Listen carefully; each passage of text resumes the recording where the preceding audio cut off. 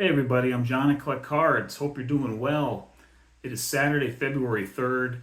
I'm kind of playing around with the lighting a little bit in this room for this video and seeing how it works out. I know on other videos when I'm coming at you from here, my can light on the ceiling is shining like right on the frame picture I got in the back. So trying to see if I can take care of that and see how this works.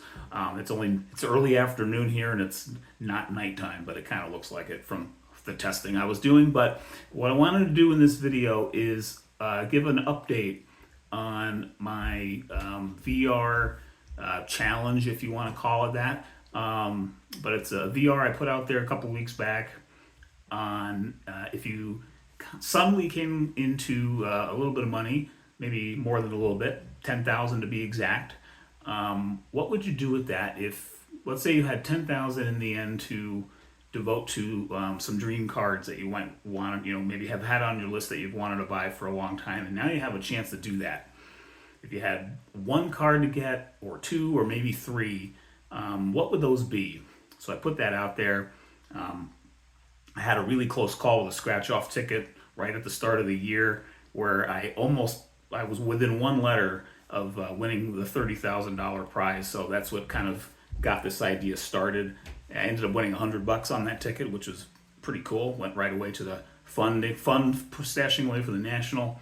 So I've gotten a great response so far. I've gotten 11 responses so far at the time I'm recording this video. Again, it's February 3rd, and the deadline is Valentine's Day, midnight Valentine's Day, February 14th. So you still got about 11 days to put a VR together. And so far, I have received responses from 11 of you, which is awesome. Like I said, thank you very much. And I'm going to run through, at least that I've seen. So again, part of the reason I'm doing this is I want to make sure I haven't missed a video. So I'm going to run through the 11 VRs that I've come across and have watched so far. And this is in the order of, I'm keeping track of the order of submission from when they're coming in, because when I get the wheel going at the end of the whole VR and we do the contest piece, I'll enter them in the big wheel thing based on when they come in, rather than like alphabetical order or something. I decided to base it on that. So here are the 11 again. I've seen VRs from God is Great, Drew, A Vintage Legacy, Return to Collecting, Peter B, Lou Rock TV, The Detroit Collector, Southern Fried Cards, Video Guy 316, Reindeer Studios, Poor Man Stack, and Wade Boggs Fan. So if you have created a VR and did not hear your name there, your channel name, please reach out to me in the comments below for this video and let me know that you have made a VR, and I'll go right to your channel page and look for it. And again, the deadline for this is Valentine's Day, midnight, let's say midnight Pacific time. So if it comes in, you're on the East Coast and it's 2 a.m. February 15th, I might let it slide. But again, that's the deadline, so you got 11 days. But also in this video, I'm going to turn the phone around and show you the cards that I would get. And it took a little bit of thought for me, because it's, and that was the fun of this. It was a fun little exercise. And a few of you have shared scenarios for 1, 2, and 3 cards, rather than just kind of going with one, and that's totally okay. That's actually great. And so I thought I'm going to do the same thing. So I have a scenario for each, either 1, 2, or 3 cards I would get if I came across, some new funding, 10,000 to be exact, that I could put toward cards. So I'm going to flip the phone around and do just that. And thanks again for those who have submitted VRs. And if you haven't yet and still want to, you still have some time. So without further ado, let me turn that phone around. All right, so I got my random Google image on my Chromebook is showing right now, because I have all the cards that I would get all queued up in my Chrome browser that I'll pull up here in a second. But one thing I wanted to share before I do that is this little card right here that I got from my good friend Tim. My birthday's coming up next week, and he sent me this in the mail. It's a 53 reprint from an old, maybe it was the very first Topps archive set from late 90s or early 2000s. Awesome card. And he sent me a little index card with it. Basically said, JP, here's an early birthday present for you. So thanks again, Tim, for that. Super cool. And what is so good about this is that this card is going to keep me on focus, because I've determined that this is the card I would love to pick up later this year, whether it's at the National, and actually hopefully it would be at the National, because my hope is that I'll build the budget enough to be able to realistically look for this card there, and I would love to pick it up in person. There's a small chance I'm going to be going to Strongsville, maybe a better than small chance. I'd say it's 50-50 that I might be able to make the Strongsville show, which I've never been to, and it would be awesome to make that trip in late April. So I don't know if I'll have the budget yet ready to go for this card. I mean, I could swing it, but it's like without dipping into where funds that I wouldn't want to go to, outside of card budget kinds of stuff. So the National is probably a little more realistic, which is 3 months later. But I would be hoping to get this card later this year. And so I'm kind of keeping this on my screen, or on my table, I should say, just to kind of remind me. It's like, don't just buy anything that looks awesome willy-nilly. Let's stay focused, etc. So that's serving a helpful purpose. At the same time, I'm still buying some cards here and there as I can, but in terms of big boy stuff, really trying to stay focused on this one. So, okay, let's pull up the cards now that I would actually be looking to get. So I showed that Jackie Robinson also because here is the card I would get for if I was doing my one card scenario and I really wanted to get just one. This would be it. 1952 Topps, Jackie Robinson, high number 312. It's the one right after the Mick, the biggie, the all-time biggie. This is just a beautiful card. I love that portrait. I love like the lighting on him, and the red background is striking, and the way he's holding the bat kind of goes like kind of into the distance off the show. It's captured really well. It's just a fantastic card. And so looks like a card of this in just a couple of weeks ago sold for $10,000. So basically I would want to get in the one card scenario, I would go after the best 52 Jackie Robinson that I could get for $10,000. And it looks like a 5 is not an impossibility. So, if for whatever reason I couldn't get a 5, I'd get the next best one I could get, which would probably be a 4 or 4.5. And I would look, in most of these cards you'll see would be in SGC slabs, because for one thing, they look fantastic for vintage, in my opinion. And in most cases, though not all, you can get them for maybe a little bit less. So there's my one card scenario, 52 Jackie Robinson. Now, if I were to do a 2 card scenario, the first of those 2 cards would be the 1951 Bowman, Willie Mays rookie. An amazing card, fantastic card. I would love to have that. And it went in December, an REA auction. It sold for $9,000. So almost the entire budget would go to this card. Basically, in a 2 card scenario, I'd love to get the best 51 Bowman Willie Mays rookie I can get. Here's the actual, if I can get the cursor out of the way. There is the actual REA page here that I pulled up. That's just a beauty for $9K. What a card! Just a sweet one there. Let's see if I can get to the other image on it really quick, just to show the back. See if I can pull that up really quick. So just a fantastic card. Didn't actually pull up the Jackie back really quick. Let me see if I can pull up the Jackie back really quick for the one card scenario now that I'm thinking of it. There we go. There it is there. Pretty sweet. So there's the Jackie again. But then here is the back for Willie.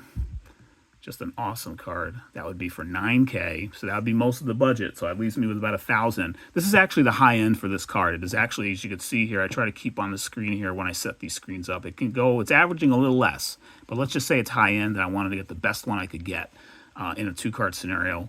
$9K for an SGC 4. So that leaves me with $1,000. What could I get for that last 1,000? Could be anything. But there's one player whose card, any card, I would love to have and don't have currently, and it will be any card of his would be a big boy purchase for the whole year in a playing era playing era card of his, and that player is none other than Joe DiMaggio. Here's the card I would pick up if I had that extra 1,000 left. This is in fact, I'm going to go, this came on a golden auction last October, and I'm actually looking for recent examples to kind of show here. So all these are from within the last year or even 3 or 4 months. So here's a 1 SGC that went for just over $800 in a golden auction in October. Better look at the card right there. So it's just a sweet one. I love the pennant that they put on these Yankee cards from 1940 play ball. Now this isn't DiMaggio's highest value play ball. His 39 play ball goes for a lot more. And I think the 41 does as well because of the color that they have on that. I think this is the quote-unquote most affordable of the play balls. But I actually love the full head-to-toe batting swing pose shot. I think it's really, really cool. I don't know if I can get it any bigger than that, but without messing up the screen here. But I just think that's a great shot of him there. So I would love to pick up this card in a 1. I think that would be a fantastic get. Let me see if I can get the back. The back on this example obviously is not going to be good. And here's why. It's got probably came out of a scrapbook or something, or because it's got some paper loss going on there. But I can completely live with that. I think overall it's a beautiful card. And to pair this with a Willie Mays rookie for $10K any day. So that's my 2-card scenario. Now what if I was to decide on 3 cards? You know, I could go with a much less less graded Mays rookie, or you know, even go really low on the Robinson 52. But in this kind of like thought experiment, I'm trying to like get the best card I can. Like if I'm doing multiple, the 2 or 3, I wanted the better card to be like the best I could get in terms of a grade and just eye appeal, etc. So in a 3-card scenario, you know, there are some other ones that are kind of right next to these first 3 I showed that are like on my kind of, you know, let's make Mount Rushmore a little bigger than 4, you know, really near the top of like dream cards, borderline grail kind of card. And so these are all going to be pitchers, and I just sort of teased it just now. Here is the main card of a 3-card group that I would get. They're all pitchers, and it would be headlined by a really cool, high-graded example of the 1938 Gaudy Heads Up Bob Feller. I love this card. I just think it's so fun and fantastic. Now, this is the second, I was just looked up PSA, kind of their kind of arbitrary, you know, value that they assign on their pages. I forget what they call it, SMR or something. This is the second most valuable card in that list anyway. So probably, generally speaking, next to the Joe DiMaggio card, which is really, really high priced for this. And I love that design as well, but I actually like the Feller more. I think the Feller is the classic iconic design. Like I would say they're 1-2. DiMaggio and Feller are 1-2 in this set of amazing cards, and it's a small set. I think the Feller for design is better. That's just my opinion than the DiMaggio. Now I actually don't currently own a Bob Feller card yet. I think that's going to change this year. I have my eye on a particular Feller that I'm looking for. Like if I were to go to Strongsville, I'm actually going to go there. I would only go there looking for 1 card, just 1. And that would be a 1949 Bowman Bob Feller. I love that particular card, and it's, you know, you can get a decent one for about $200 or maybe even a little less if you go like, you know, VG or a nice 2 kind of a thing. So that's kind of would be my intent actually for that show if I end up going.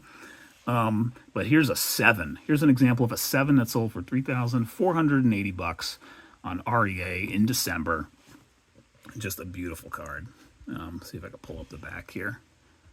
See if I can pull up the back real quick. We kind of know what these backs look like. They're like regular Gaudy backs. And actually, that one's actually a little off center left on the centering for the back, but the front is just stellar. I just love the comics. So this would be like the premier card of a trio that I would get. So I'd have 2 other ones to get, and the second one would be a fantastic 2 of a 1949 Bowman Satchel Paige. I just love that like cyan color. Is it cyan? Is it turquoise? Whatever, the bluish green. I think that background is just awesome. And he just kind of, his image just jumps off of this card. I think this is a really nice 2. A little off center right for sure, but it's a 2. You know, it's gonna have issues. So this was a really nice example of one. The back of this card had a lot of staining, so that was, you know, obviously you're gonna have a big compromise on any 2 or below kind of card, and that is a very easy to live with blemish for me for a card like this. Just to have it in any condition would be incredible. So I would go for a 2 of Satchel Paige, and this example went for $3K. So that leaves me with about $3,500 to spend on one more card, and it's going to be a Christy Mathewson, the highest grade I could get with funds left over. So like between Satchel and a 3 gets pretty pricey. Even once you get to a 3, it's like $4,000 to $5,000. So or even above. So it jumps quickly. So this is probably in this 3 card scenario, I probably couldn't get any better than a 2 for the Page. But I would love to get the T205 Christy Mathewson. Just an amazing card, beautiful card. That would be the other one I would get, and this comes out at about $3,400. This one did back in November on Heritage. It's the regular old Piedmont back. I actually explored the thought of what could it be if I got the 1-loss cycle variation, which would be awesome to have. But then you start to get to almost the 1-card scenario for that, maybe a 2-card scenario, and those other ones I shared are just cards that I really want. So I would be perfectly happy to have an ordinary, I'm doing air quotes, ordinary Christy Mathewson T205. I just think that portrait is amazing. Just a fantastic card. Would love to have it someday. Who knows? Maybe. We'll see. You know, it could be deep into the future. But those are the 3 cards I'll get in my 3-card scenario. So if I finally had to choose between the 3 scenarios, which one would I go with? That was maybe the toughest decision of all, but I think I've made it. I think in the end, I would go with choice 2, the 2-card scenario, getting a Mays rookie, and I got the back showing on that, so I'm just going to stay there for that. The Mays rookie and the Joe DiMaggio. So I think those would be 2 awesome adds to my collection for $10K, but any of these scenarios would be awesome. So again, thanks for watching. And I should say the prizes for this again are going to be a $25 eBay gift card and then a $15 eBay gift card. So we'll have 2 prizes. And again, the deadline is February 14th, midnight, Valentine's Day. Hope see a few more VRs out there. I've gotten 11 so far that I've seen. Thank you again, everyone. And look forward to seeing those, like I said. Enjoy the rest of your weekend, and I'll see you on my next video. Take care.